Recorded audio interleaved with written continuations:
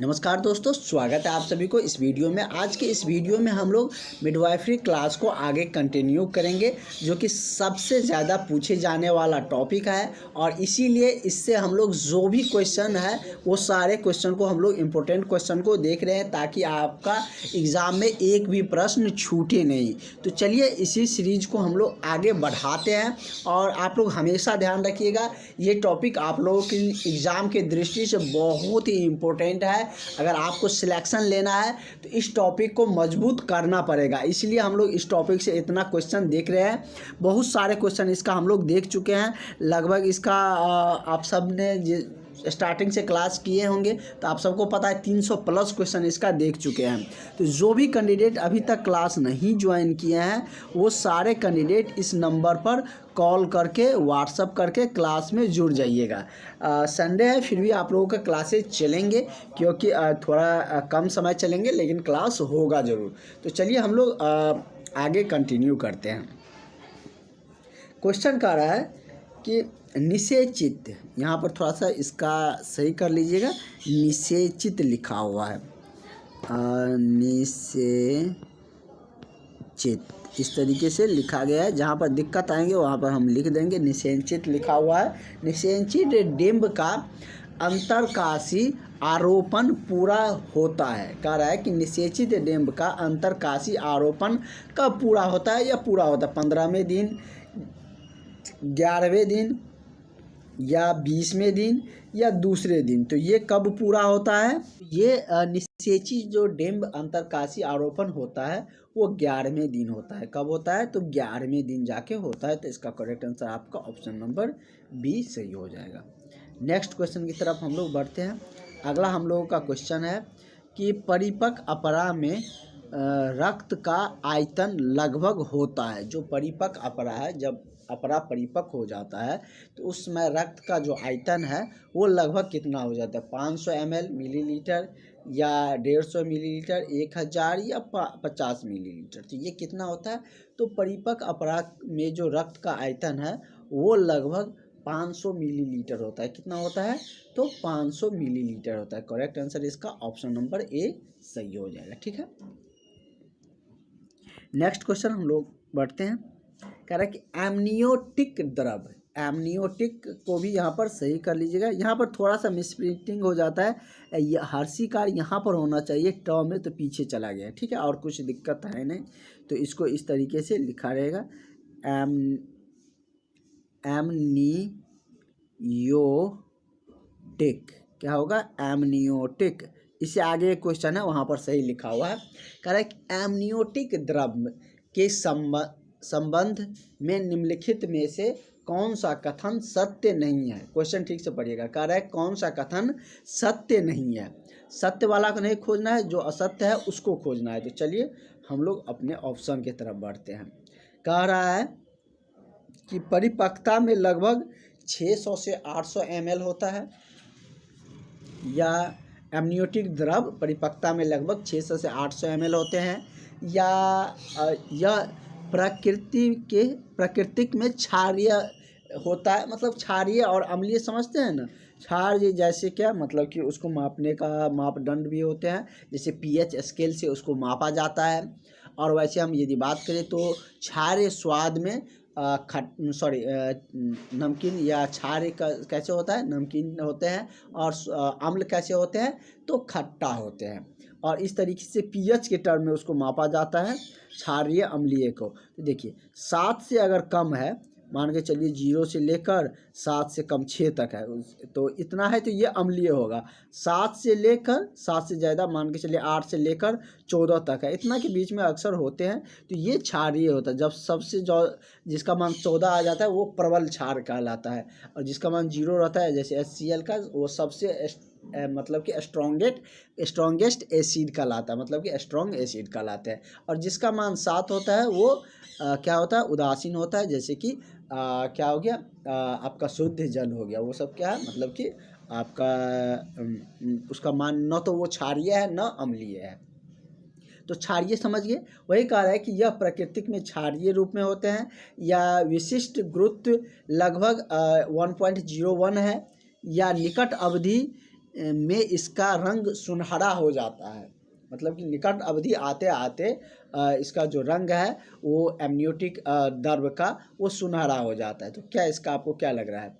ये बिल्कुल भी नहीं होता, उसका रंग में कोई ऐसा परिवर्तन सुनहरा नहीं देखने को मिलते हैं। ये भी उसका सही उत्तर है। आपको गलत खोजना था, मतलब कि एमनियोटिक द्रव परिपक्व में लगभग 600 से 800 ml हो जाता है। यह प्राकृतिक में क्षारीय रूप में पाए जाते हैं और इसकी विशिष्ट गुरुत्व जो होते हैं लगभग 1.01 होता है। ये मतलब कि निकट अवधि आते आते इसका रंग सुनहरा नहीं होता, यही आपको खोजना था। तो इसका करेक्ट आंसर आपका ऑप्शन नंबर डी हो जाएगा। चलिए हम लोग नेक्स्ट क्वेश्चन की तरफ बढ़ते हैं। आपका अगला क्वेश्चन कह रहा है कि परिपक्वता, क्या कह रहा है कि परिपक्वता के बाद एमनियोटिक द्रव का रंग होता है। तो अगर सुनहरा रंग का नहीं होता है तो आपके क्वेश्चन मन में ये प्रश्न जरूर आए होंगे कि सर होता है किस रंग का। तो ये जो परिपक्वता के समय में, जो परिपक्व के बाद मतलब एमनियोटिक जो द्रव है उसका रंग कैसा हो जाता है? तो हल्के भूरे रंग का हो जाता है। कैसे हो जाता है? तो मतलब कि हल्के नहीं, गहरे भूरे रंग का हो जाता है। तो इसका करेक्ट आंसर क्या हो जाएगा? आपका ऑप्शन नंबर डी हो जाएगा। इसलिए ये क्वेश्चन मतलब कि इसका आंसर ये मतलब आपको गलत खोजना था। तो उसका तो रंग कैसे होता है?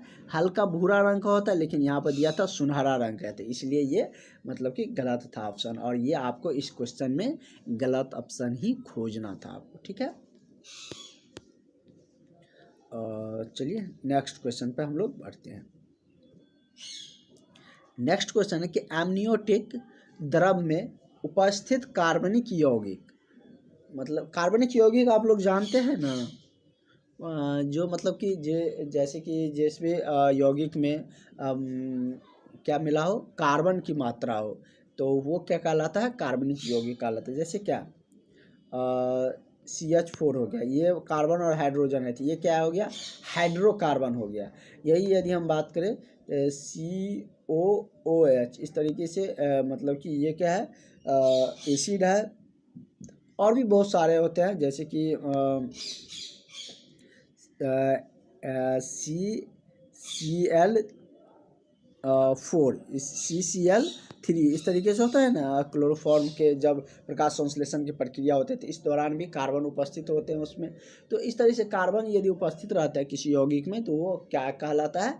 कार्बनिक यौगिक कहलाता है। ये आप लोगों ने केमिस्ट्री में पढ़े होंगे, चाहे आपने 10th में चाहे 12th में, जब भी होंगे आप मौका मिला होगा आपने ज़रूर इसको पढ़े होंगे, क्योंकि आप सबके सिलेबस में सभी पढ़े होंगे, कोई एक ने सब पढ़े होंगे।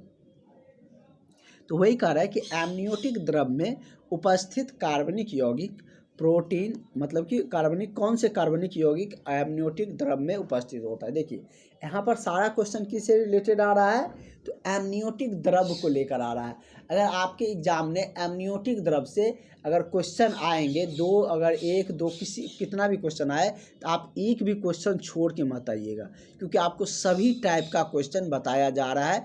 अगर एमनियोटिक द्रव से किसी भी टाइप का क्वेश्चन पूछेगा तो इसी नोट से रहेगा, और जो हम बता रहे हैं यही सब में से कोई एक आएगा। तो इस बात को ज़रूर ध्यान में रखिएगा। और आप लोगों को एक टाइप से जितने क्वेश्चन बन सकते हैं वो सारे बताते हैं, क्योंकि BTSC में बहुत सारे स्टूडेंट को पूरे मतलब कि डिटेल्स में नहीं बताया गया था, तो बहुत सारे स्टूडेंट छोड़ दिया था। क्योंकि जो इसको समझ में आ जाता है वो तो बना लेता है, एक क्वेश्चन बताएंगे वहाँ पे एक्सप्लेन करेंगे, एक्सप्लेनेशन के समय में वो कंसंट्रेट करके ध्यान देकर सुन रहा होता है तो उसको बन जाता है। जो उतना कंसंट्रेट देकर नहीं सुनते हैं उसको सभी टाइप से क्वेश्चन बताने पड़ते हैं कि इस टाइप से ऐसे पूछेंगे, इस टाइप से ऐसे लिखा रहेगा। तो हम नहीं चाहते हैं कि इस बार आप लोगों का एक भी क्वेश्चन छूटे, जो कि आप लोगों का आते रहे। वैसे तो एग्ज़ाम में बहुत सारा क्वेश्चन अपने आप कुछ क्वेश्चन गलत हो जाता है, आप सही भी बना कर आइएगा, आपको लगेगा कि हम सही बना कर आए हैं, लेकिन एग्ज़ाम के प्रेशर, वो भी कंपटीशन एग्ज़ाम के प्रेशर के कारण गलतियाँ हो जाते हैं। अगर आप सही से बना भी देते हैं पूरा, तब भी उसमें 5 से, अगर पूरा एक्यूरेसी है तो 5 से गलतियाँ होंगी, नहीं तो 10-15 इस तरीके से गलती हो ही जाते हैं। तो इसलिए ज़्यादा से ज़्यादा आपको क्वेश्चन आते रहेंगे तभी ना आप सही करके आइएगा। तो इसमें क्या था हमारा क्वेश्चन? कह रहा था कि एमनियोटिक द्रव में उपस्थित कार्बनिक यौगिक, मतलब एमनियोटिक द्रव में कौन से कार्बनिक यौगिक उपस्थित होता है? प्रोटीन, लिपिड और ग्लूकोज, यूरिया, यूरिया और यूरिक एसिड या सभी। तो कौन सा कार्बनिक यौगिक उपस्थित होते हैं एमनियोटिक द्रव में? तो ये सब उपस्थित होते हैं। क्या क्या? तो ये आपका हम बात करें तो इसमें कार्बनिक यौगिक जैसे प्रोटीन हो गया, प्रोटीन में भी कार्बन की मात्रा होती है। प्रोटीन भी उपस्थित होता है, लिपिड ग्लूकोज भी उपस्थित होते हैं। ग्लूकोज का तो फॉर्मूले में सी आता है। उसके बाद यूरिया, यूरिक एसिड, इसमें भी क्या होता है? तो कार्बन की मात्रा मतलब कार्बनिक यौगिक सब में कार्बन के मतलब जैसे कि इसका फॉर्मेशन लिखने जाइएगा तो सब में कार्बन की मात्रा उपस्थित है। कार्बन से मिलकर ही बने हुए हैं ये सारे जो भी ऑप्शन आपको देखने को मिल रहे हैं। तो इसका करेक्ट आंसर क्या हो जाएगा? ऑप्शन नंबर आपका डी हो जाएगा, मतलब ऑल ऑफ दीज, इनमें से सभी इसका ऑप्शन सही है। नेक्स्ट क्वेश्चन है कि निम्नलिखित में से क्या कह रहा है? निम्नलिखित में से कौन सा वाक्य असत्य है? दिया गया आपके ऑप्शन में कुछ वाक्य है, वो कह रहा है कि आपको इसमें से असत्य को खोजना है। कह रहा है कि गर्भ अवस्था, इसमें ऑप्शन बड़ा हो जाएगा तो घबराइएगा नहीं। हल्के जितना बड़ा क्वेश्चन आपको देखने को लगेगा ना, वो उसमें सारा पॉइंट एक एक करके दे दिया रहता है जिससे आपको कन्फ्यूजन ना हो। वो क्वेश्चन बनाना उतना ही आसान रहता है और उसमें गलती हो अगर बन गया तो गलती होने की चांसेस कम रहती है। तो पहला ऑप्शन है कि गर्भ अवस्था के दौरान गर्भाशय का आकार बढ़ जाता है। इसमें असत्य खोजना था, ये तो होगा नहीं, ये तो सत्य है ना कि मतलब गर्भ अवस्था जब धारण करते हैं तो गर्भ अवस्था के दौरान गर्भाशय का आकार तो बढ़ता ही है। ये तो कितने बार हम आपको बता दिए कितना वजन उसका बढ़ता है, ये पिछले क्लास में भी हम लोग डिस्कस किए थे। ठीक है, तो ये तो सही है, लेकिन आपको खोजना क्या है? क्वेश्चन के अनुसार गलत ऑप्शन खोजना है। गर्भ परिपक्वता के समय गर्भाशय का वजन लगभग 200 से 800 mgs होता है। तो ये नहीं होता, मतलब इतना इसका गर्भाशय का जो परिपक्वता के समय वजन नहीं होता। कितना होता है वो हमने आपको बताए हुए हैं। उसके बाद और भी सारा ऑप्शन है। जब हमारा यहाँ पर ऑप्शन मिल ही गया तो उसके बाद हमको जैसे ये सब ऑप्शन क्या दिया है कि 36वें सप्ताह के बाद गर्भ अवस्था का आकार गोलाकार हो जाता है। ये 36 सप्ताह जाते जाते क्या होता है? गोलाकार हो जाता है। तो ये भी आप लोगों को बताया हुआ है। तो मतलब कि ये परिपक्व के समय में जो गर्भाशय का वजन इतना नहीं होता है। तो इसका करेक्ट आंसर आपका यही हो जाएंगे। और गर्भाशय का वजन कितना होता है इसके बारे में हमने पूरे डिटेल्स में क्लास में डिस्कस किए हुए हैं, इसीलिए और एक ही चीज़ को बार बार नहीं बताएंगे क्योंकि आगे का क्वेश्चन भी हमको देखना है। और इसलिए हम आप सबको कहते हैं कि आप लोग सभी क्लास अटेंड करिए। जो भी क्लास होता है सारे क्लास अटेंड करिए। अभी आप लोगों को मतलब सारे क्लास भी मिल रहे हैं और जो क्लास ज्वाइन किया उसको नोट्स सारा कुछ तो मिल ही जाते हैं। नोट्स मिल जाते हैं, एक्सप्लेनेशन वाला सारे नोट्स मिल जाते हैं, ऑब्जेक्टिव जो भी है क्वेश्चन का वो सारे कुछ मिल जाते हैं। नेक्स्ट है कि निम्नलिखित में से गर्भ अवस्था का महत्वपूर्ण लक्षण कौन सा है? और इसलिए आप लोग क्लास ज्वाइन करें ताकि आपको ज़्यादा बेनिफिट हो। ऐसे पढ़ते रहिएगा तो उसमें आपको रेगुलरिटी नहीं रहेंगे, आपके पास नोट्स नहीं रहेंगे। और क्लास ज्वाइन करने के लिए कम ही फ़ी रखे हैं। 4 महीना आपको पढ़ाएंगे, उतना नोट्स टाइप करवा के देंगे, उतना खर्च भी पड़ जाता है नोट्स टाइप करवाने में। और भी बहुत सारा टेस्ट सीरीज बाद में लाया जाएगा, तो बहुत ज़्यादा फ़ी आपसे लिया नहीं जा रहा है आप लोग के, ताकि रिजल्ट हो सके। और इसीलिए आप लोगों को बहुत कम में ही आपको सारा कुछ प्रोवाइड करवाया जा रहा है ताकि सब क्लास ज्वाइन कर सके। ये नहीं कि जिसके पास पैसा है वो क्लास ज्वाइन कर सके, जिसके पास नहीं है वो ज़्यादा फ़ी के कारण नहीं ज्वाइन कर सके। तो जिसके पास कम भी रहता है वो उसको डिस्काउंट भी मिल जाता है। वैसे भी अब आपको दिवाली के ऑफ़र दिए जाएंगे, अगर अब आप लोग एडमिशन लेते हैं तो दिवाली के ऑफ़र के तहत आपको कम ही प्राइस में क्लास अभी मिल जाएंगी। ठीक है, तो आप लोग क्लास के लिए इस नंबर पर कॉल करके व्हाट्सअप करके ज़रूर क्लास में जुड़ जाइएगा, नहीं तो बहुत ही इंपॉर्टेंट क्लासेज आपको छूटेंगे। अभी क्लास रेगुलर चलेंगे, छठ के मात्र 2 दिन क्लास बंद रहेंगे और दिवाली के 1 दिन, बाद बाकी पूरी क्लासेज चलेंगे।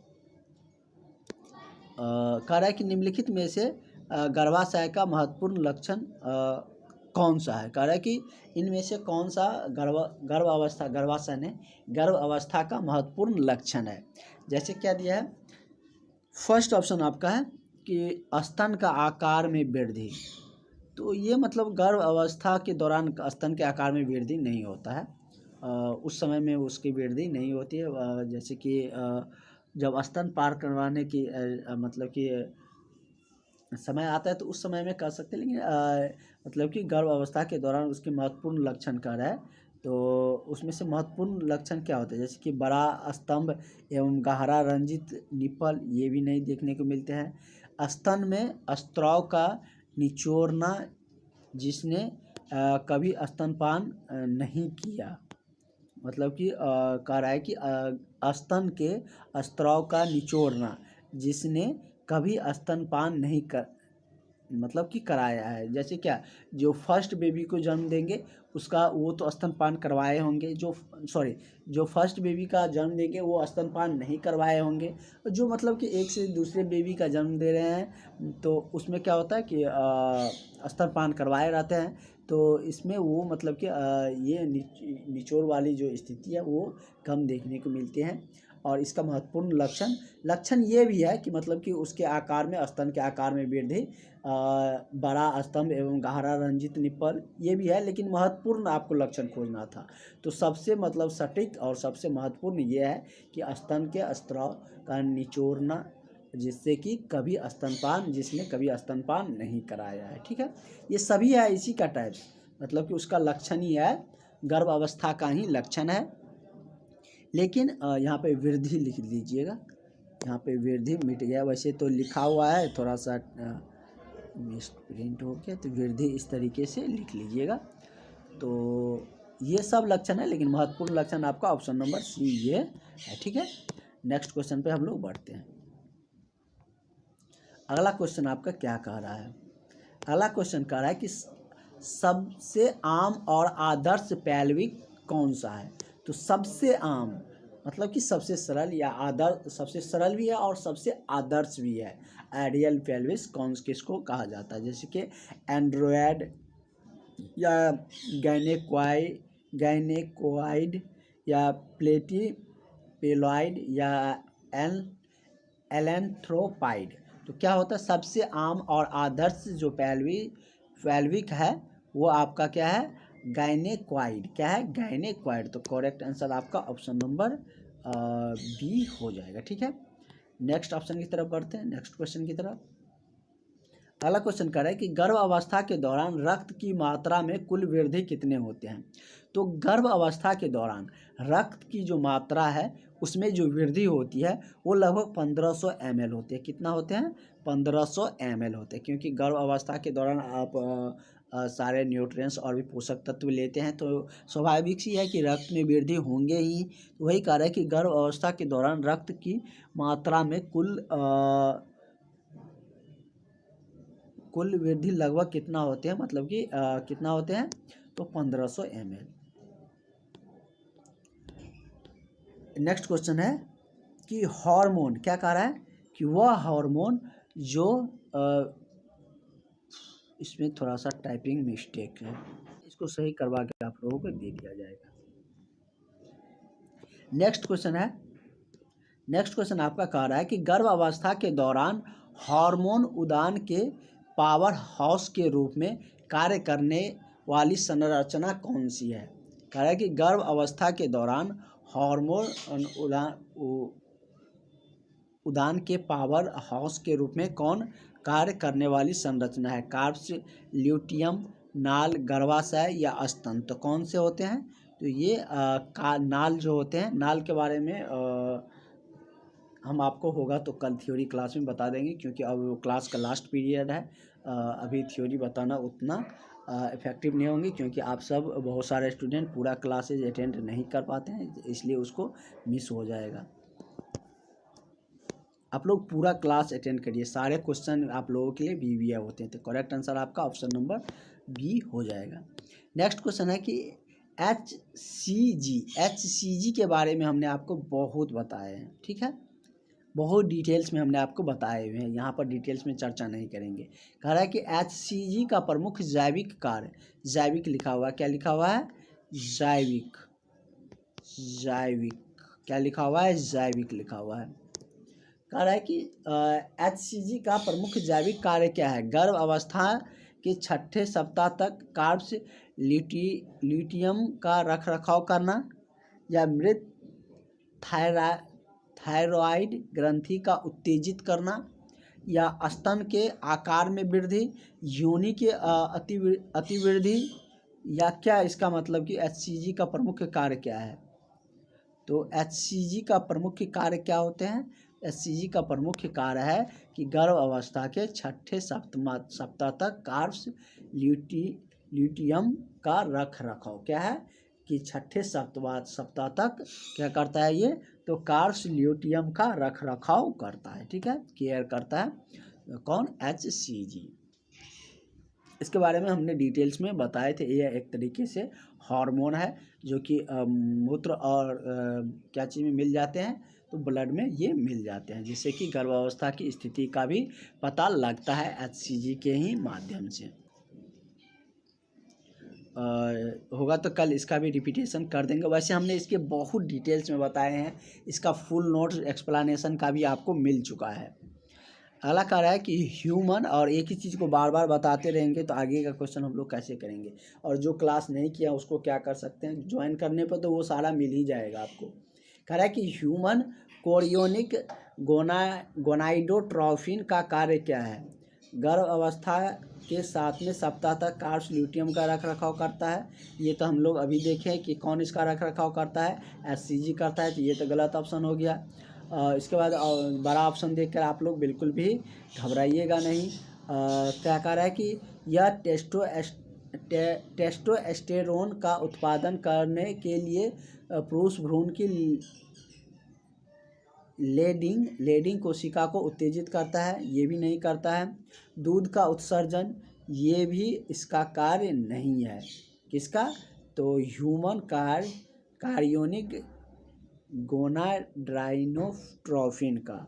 तो HC जो यहाँ पर हम लोग लिखे हुए थे HCG के बारे में, तो उसका कह रहा था कि उसके बाद का है कि उसका जो प्रमुख कार्य जैसे क्या है HCG, सॉरी इसमें हमको थोड़ा सा बताने में हो गया था। ऑप्शन इसका D सही हो जाएगा। अभी हम देखे थे HCG मतलब कि HCG का ही फुल फॉर्म है ह्यूमन कॉरियोनिक गोनाड्रोट्रोफिन। इसको अच्छा से लिख लीजिए। ह्यूमन तो ठीक है, कॉरियोनिक है, कॉरियोनिक गोनाडोट्रोफेनी। इसका मतलब कि प्रमुख कार्य क्या था, अभी हम लोग देखे थे कि गर्भावस्था के 6 सप्ताह तक कार्पस ल्यूटियम का रख रखाव करता है, ये भी इसका कार्य था। और इसका एक और कार्य क्या होता है, मतलब पुरुष के भ्रूण के लेडिंग को कोशिका को उत्तेजित करना HCG का कार्य ही है। तो ये आपको मतलब कि इसका इस तरीके से 2 ऑप्शन सही है, तो इसका ऑप्शन नंबर D में दिया गया था, इसलिए कन्फ्यूज भी हो गए थे। 2 ऑप्शन आपको यहाँ पर सही दिख रहे थे, तो इसका करेक्ट आंसर आपका ऑप्शन नंबर D हो जाएगा। HCG का होगा तो कल हम लोग एक्सप्लेन करके समझ भी लेंगे। अगला है कि रक्त में HCG की मान अधिकतम किसके बीच में पहुँचता है। तो रक्त में HCG का मान कितना पहुँचता है, तो मतलब कि 60 से 70 दिन तक। कितने में, मतलब कह रहा है कि रक्त में HCG जो हार्मोन है उसकी मात्रा अधिकतम किस समय तक पहुंच जाता है, तो ये 60 से 70 दिन तक में जाके पहुंच जाता है। तो इतना क्वेश्चन हम लोग कर चुके हैं। और HCG के बारे में बहुत यहाँ पर क्वेश्चन है, लगभग 4 क्वेश्चन आए। तो HCG के बारे में हम लोग कल डिटेल्स में थ्योरी वाला क्वेश्चन भी देख लेंगे, ठीक है। तो मिलते हैं हम लोग नेक्स्ट क्लास में। Thank you. जिन भी कैंडिडेट अभी तक क्लास नहीं ज्वाइन किए हैं वो सारे कैंडिडेट इस नंबर पर कॉल करके व्हाट्सअप करके क्लास में ज़रूर जुड़ जाइएगा। बहुत इंपॉर्टेंट क्लासेज चल रहे हैं, नहीं तो आपका बहुत इंपॉर्टेंट क्लासेज छूट जाएगा, ठीक है।